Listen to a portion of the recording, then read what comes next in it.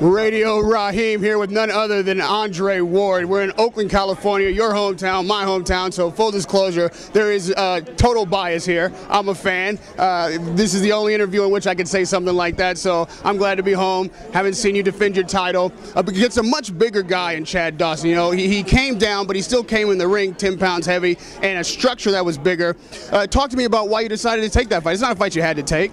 Yeah, it was, you know, a lot of people wondered, you know, why would you take a fight like this against a guy, you know, coming off of a layoff, a guy like Chad's caliber. And I just felt like, why not? You know, I don't abuse my body. Even though I've been off 10 months, I still train. I'm always thinking about boxing.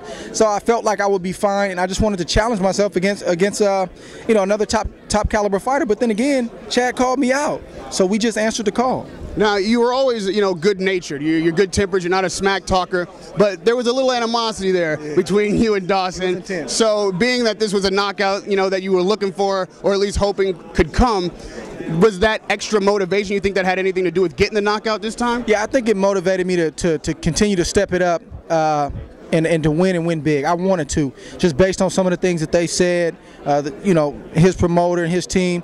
But to a degree, you know, it wasn't personal. You know, it's a lot at stake.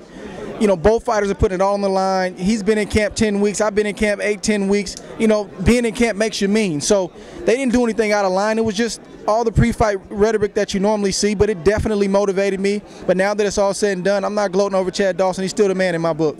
In your weight division, at 168, who do you think is still here to challenge you? Where are the challenges at 168? I don't know. I don't know at the moment. We've fought a lot of guys at 68. We fought a lot of the top guys. I mean, there's always somebody out there, but at the moment, I can't think of anybody off the top of my head. I just want to fight the most intriguing and the best matchups at this stage in my career. I mean, Chavez and Martinez are fighting next week. I'll be at that fight.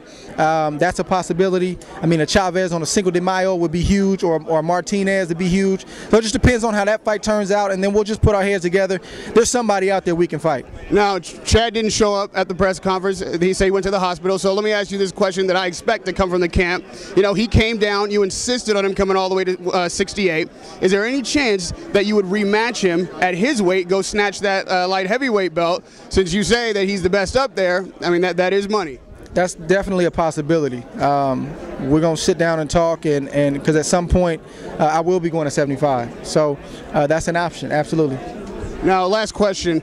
We talked about whether or not you're better than Mayweather. We heard Virgil's comments, but you know that being considered the pound-for-pound champion brings a lot of income. You talk about taking care of your kids. You're not a smack talker, so you're not going to promote yourself that way. How do you intend to get that #1 spot where the world accepts that you are the pound-for-pound best? I just got to keep fighting and keep winning and keep trying to do it in spectacular fashion. You know, I'm not going to say that I'm the best. Like Verge said, we respect our champions. Floyd's been doing this a lot longer than me. He's been in a lot of mega fights, and I won't dare say that I'm better than Floyd Mayweather. I got to keep working. I got a ways to go. Thank you. Congratulations again. Radio Rahim with none other than Andre Ward. Quick 2 minutes.